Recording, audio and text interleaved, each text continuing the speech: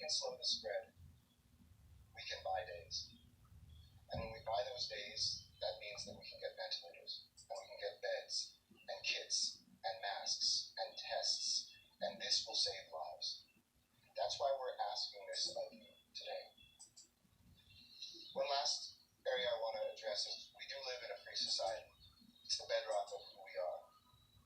We aren't taking people forcibly like in other countries and forcing them to be home. But with freedom comes responsibility.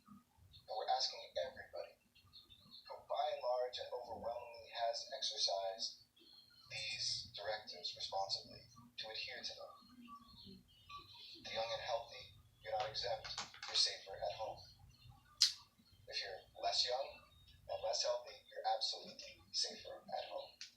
It's not a time to go to the beach in big groups, to take the whole family to go to the market, to get together with gatherings with friends. This is not the time. And we don't take these steps lightly, but we take them firmly. This is an act of love for the city that we love. This is LA love. There's no ands, it's ifs or buts. This is an order. But one last thing too is this is not some sort of alien invader. This is no racism or xenophobia can change what this is. This is not a military war that we're at. This is a health emergency. We're not attacking each other. In fact, crime is down and acts of generosity are up. And our fates are in our own hands. How can I get what I need, the minimum, while still staying 6 feet apart from as many people as possible? This is an exceptional city, but we can't wish this away. Even if we're earlier in this than other places, there's no magic moat around us. It's going to be the same everywhere, and those that act quickly have a chance of being protected more than those that don't. The city will continue to operate, the lights will be on, the water will still come out of the tap, people won't lose their housing, they won't get kicked out of their businesses. LAUSD will continue to feed, and thank you to LAUSD and other school districts that are distributing food. But this is not a request, this is an order. But I've always told my team, do everything in your hearts, with everything that we do, to lead with love. In Los Angeles, this is our moment, to lead with love and to protect those lives that mean everything to us. May God and the Spirit of strength lead us through these days. With that, I'd like to turn over to my brother, who leads one of the biggest cities in California, the second biggest city here in the county.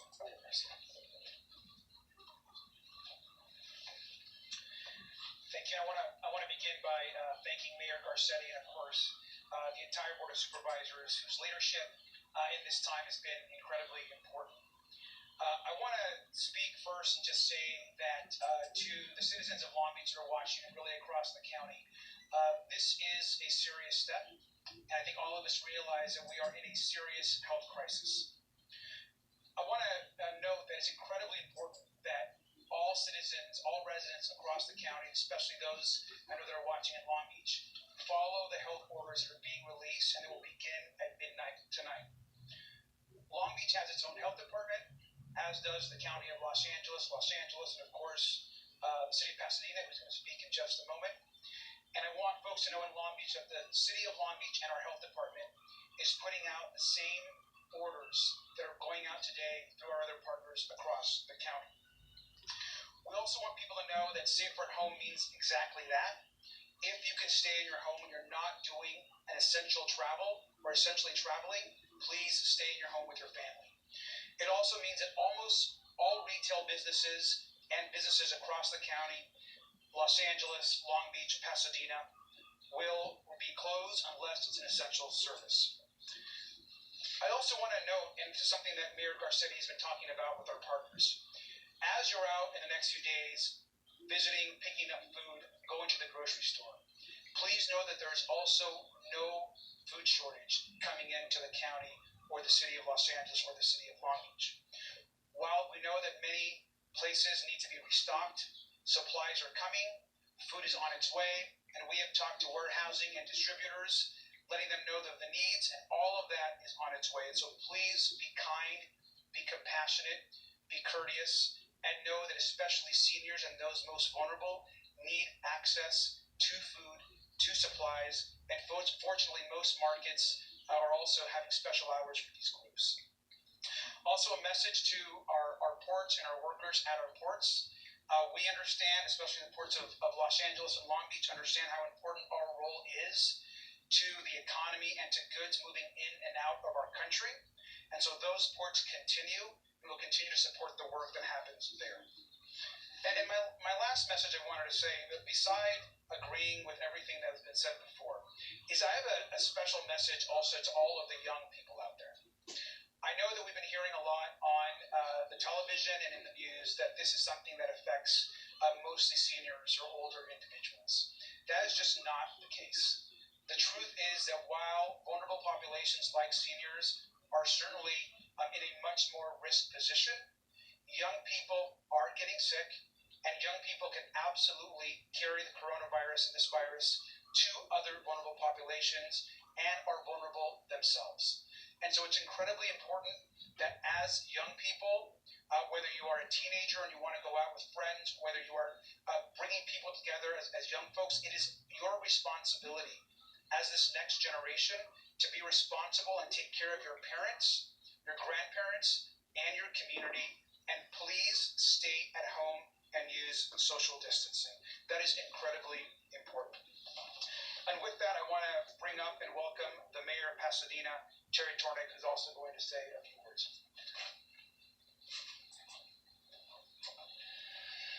Thank you. We're here because Pasadena, like Long Beach, has its own health department, and in all of this, we need to be guided by our health professionals so that Pasadena will be issuing virtually the same order that the county and Long Beach are, and we're guided by Dr. Go, who is our Director of Public Health. We have all these new phrases that we've learned in the last few weeks. I was, making note of social distancing and learning COVID-19. So now we've added safer at home, which I think is self-explanatory. And I think that these regulations that are being promulgated have other words associated with them. They're disruptive, they're onerous, they're draconian, but they're also necessary. We have got to, as Mayor Garcetti pointed out, we've got to flatten this curve. We can't allow exponential growth of this disease to infect all the people in the county. And so while we recognize that there are serious impacts associated with these regulations, if we're going to get ahead of this or even catch up with it, we need to put these things in place. So I'm grateful to the public health officials who have guided us with this. And one other thing I would observe, and that is, at least in Pasadena, the people are ahead of these regulations. They're already self-regulating.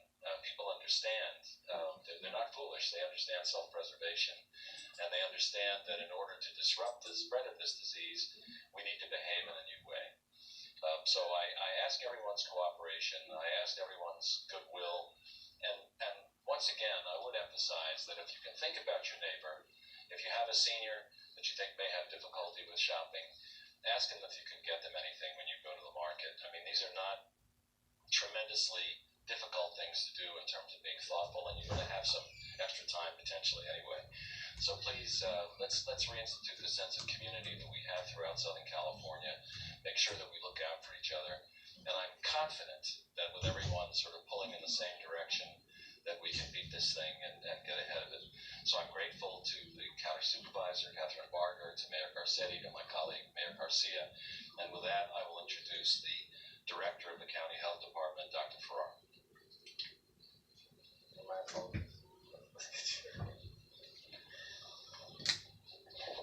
Good evening, everyone, and thank you so much. I am so honored to be here with our leaders, who have led both exceptionally well and with an enormous amount of courage.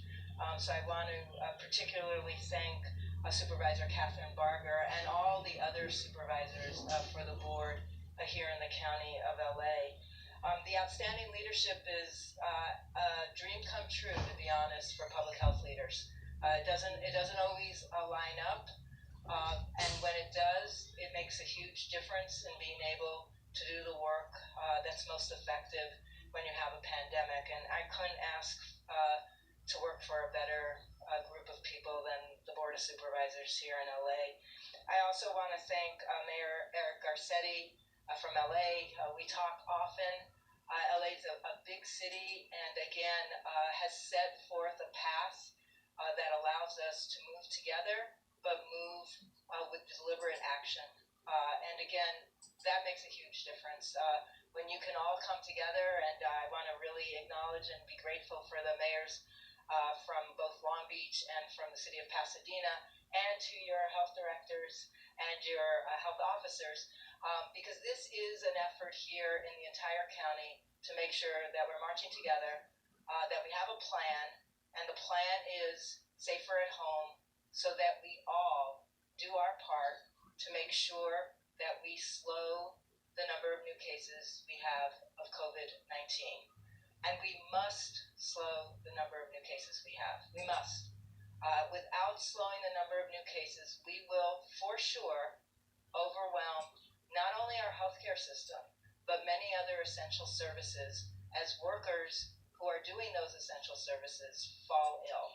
The predictions are not inaccurate to say that many, many people can become infected here in LA County. There's not a single person, except for those who already have the disease of COVID-19, that have any immunity to this virus.